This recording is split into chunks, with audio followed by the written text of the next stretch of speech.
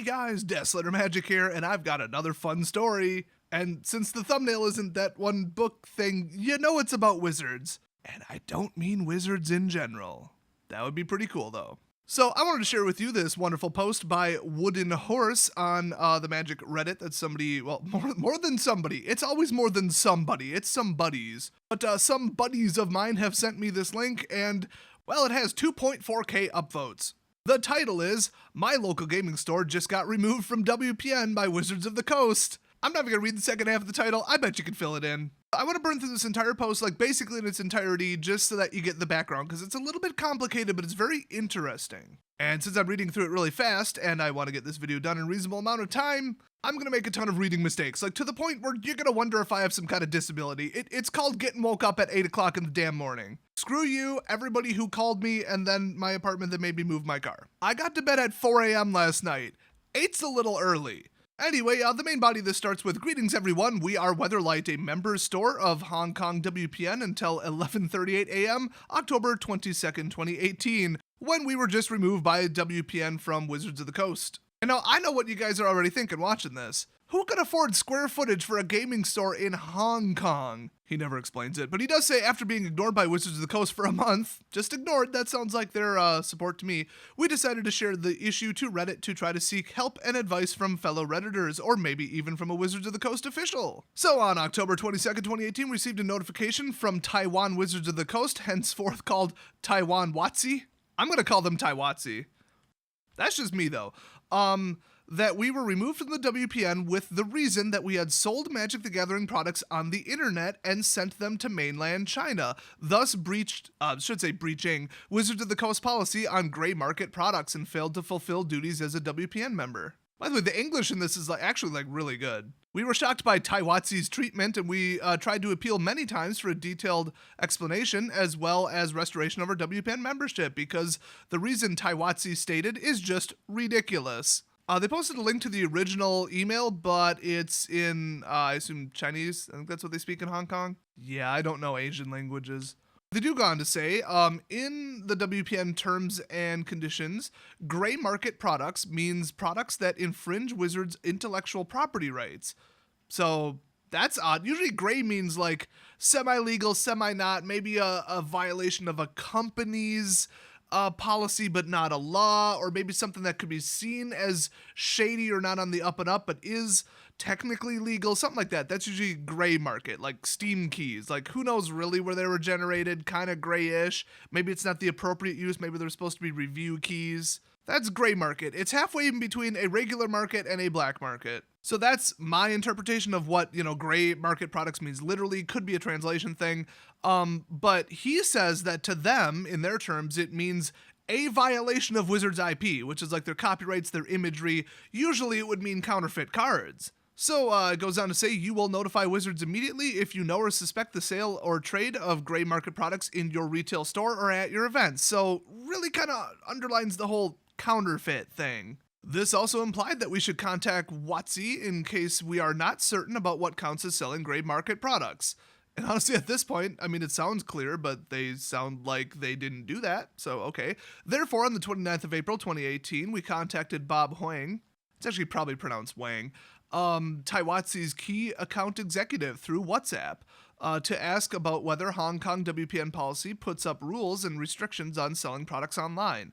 When we contacted Bob, we attached a Facebook screenshot showing an online auction of MTG products from another LGS. Bob's reply at that time was, as long as you don't see the product being mentioned in the new terms and condition text, it is not restricted.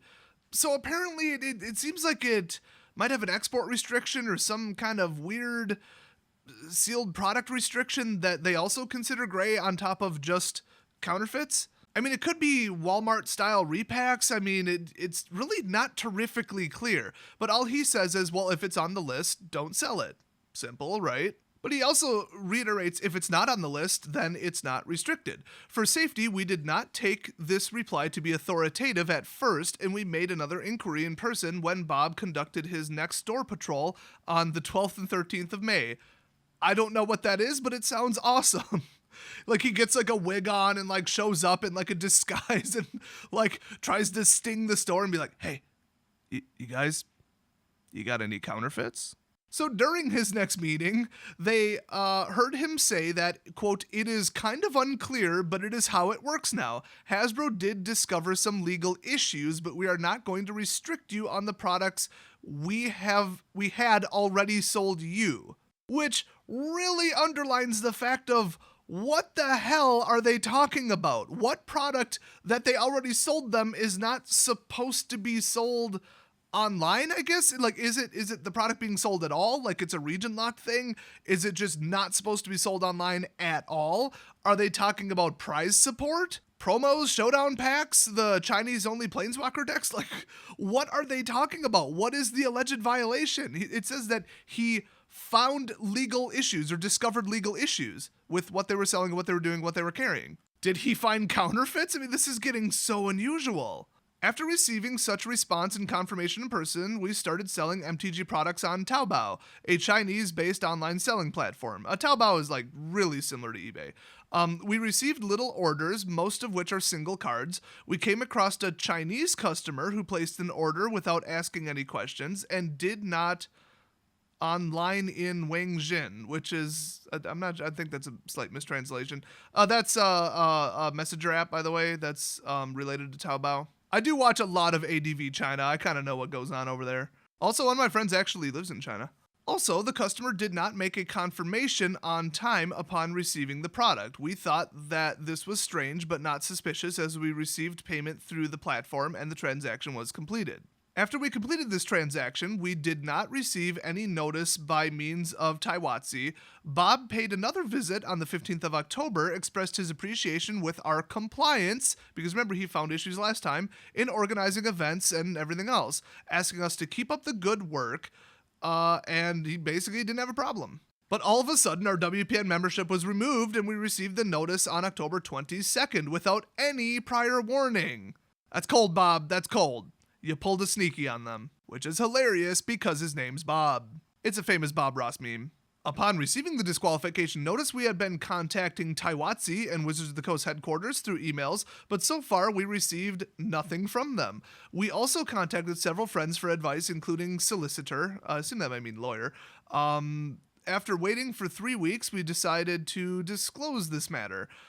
Given the facts as described, we believe that either Taiwatsi made a faulty decision about terminating our membership, or Bob caused us to misunderstand the WPN terms and conditions.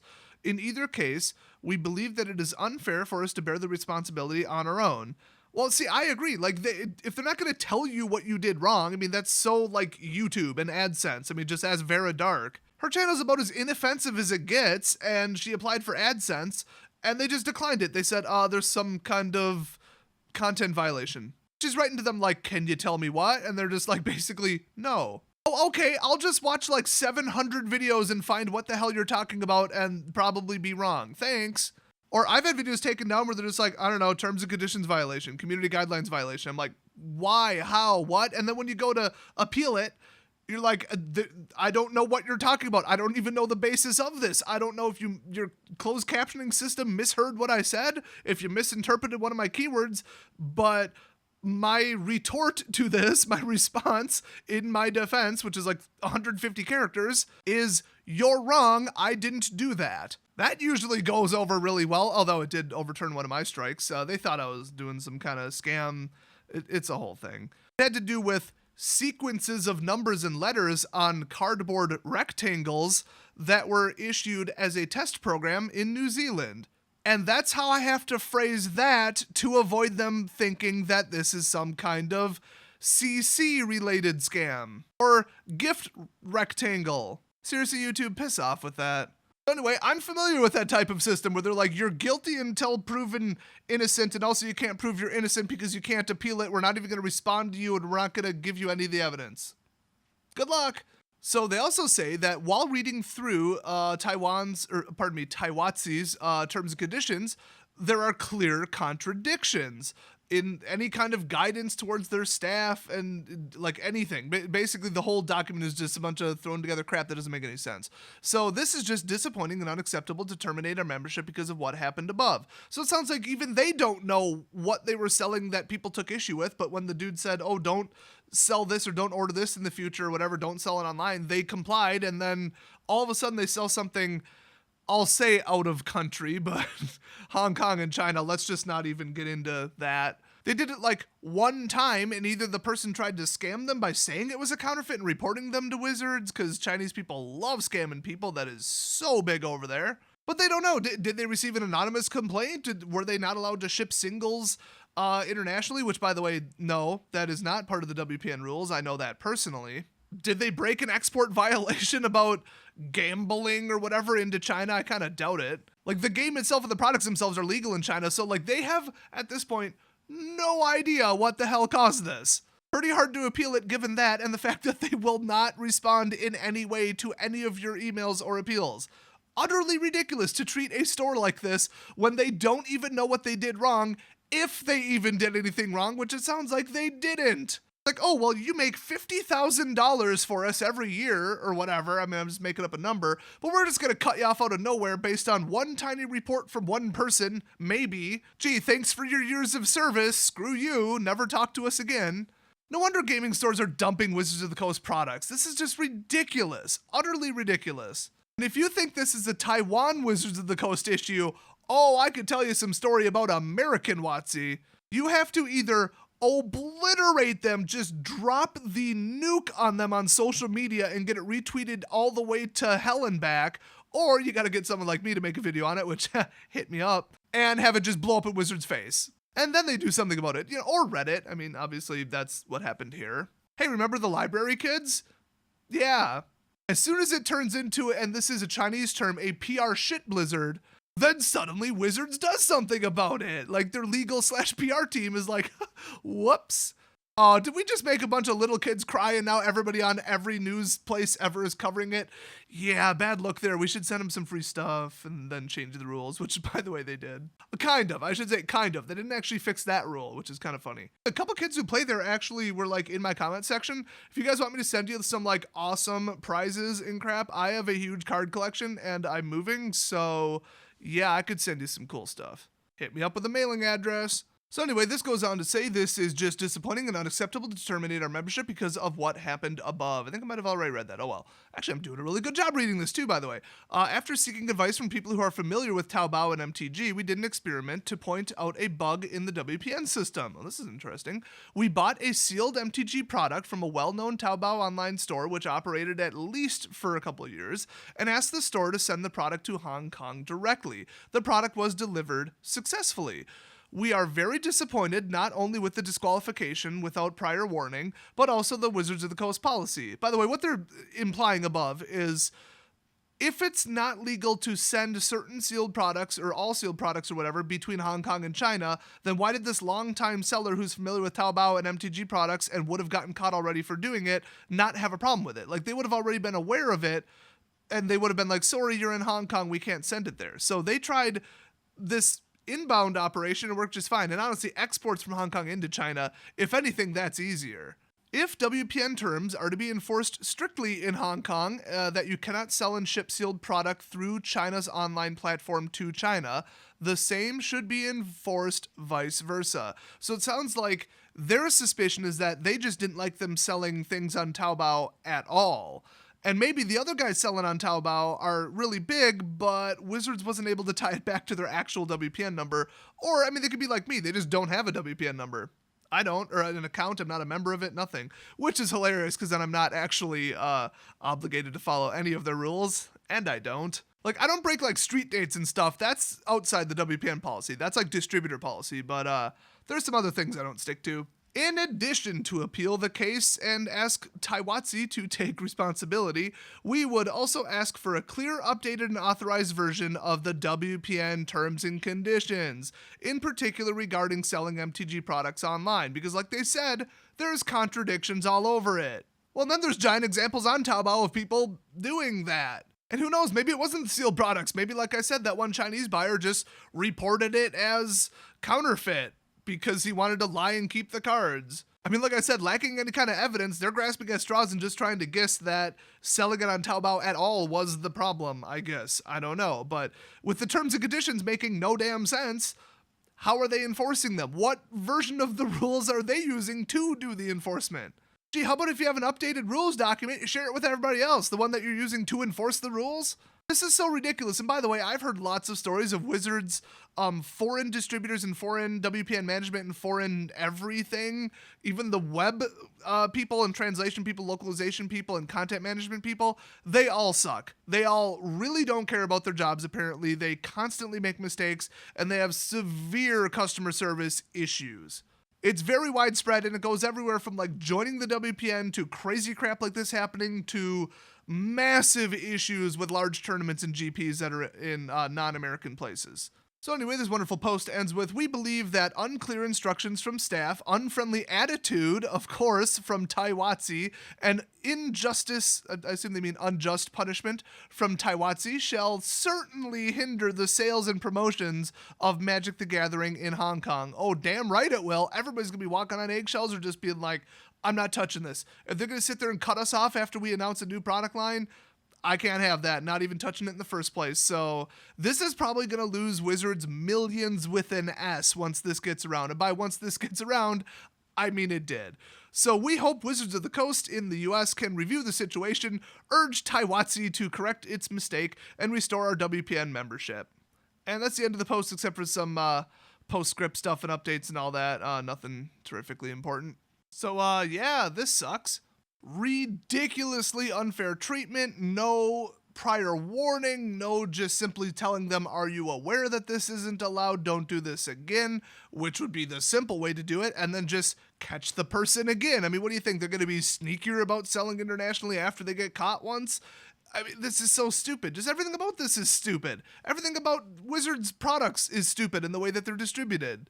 But this is the WPN program where they can kick you out for, well, probably just simply being white at this point. I mean, I wouldn't be that surprised. A lot of the higher up people in the judge program, the WPN program, really dislike white people and men and, well, everyone and society. They're just angry. They can kick you out for putting up a Kekistani flag because some dumbass watches too much MSNBC and believes that that actually means that you're a white supremacist. It means you like memes and meme culture, dumbasses. Same with Pepe. Could they look like more of like stuck-up white, like in their gated community douchebags who are disconnected and clueless from modern society and internet culture than like, oh, Kekistan, the people on the news told me it equal racist, bye. By the way, that happened. I'm not making that up. That actually happened. The store got removed for a Kekistani flag and for some probably not staff member defacing one of their stupid, like, let's all be nice propaganda poster. I mean, let's call it what it is. If you have a store and you're like, hey, we might pick up, some trading card games. I wonder about, Magic. That's the big one, right?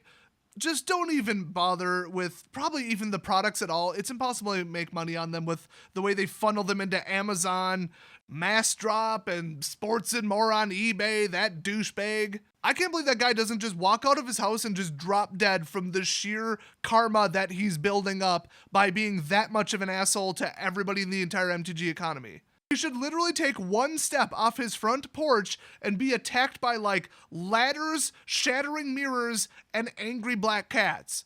And subsequently struck by lightning while holding a Powerball ticket that's off by one number.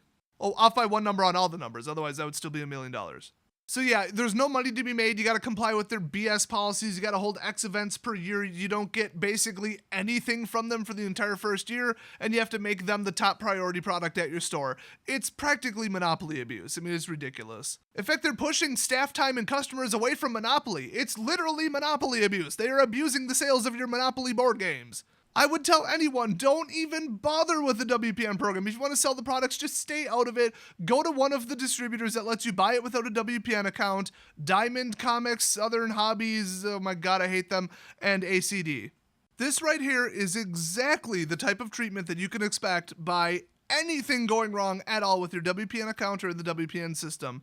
I mean, Look at Kevin from Rogue Deck Builder and his wonderful example where they did not, Wizards themselves, no kidding, not a distributor, literally Wizards did not ship out their pre-release kits on time. So he contacted a WPN rep and said, can we hold like a pseudo sealed or draft or something in its place? Because we got people driving from over an hour away, just to kind of have a pre-release and use the like prize support boxes as the draft. And they're like, nope, WPN violation, don't you dare.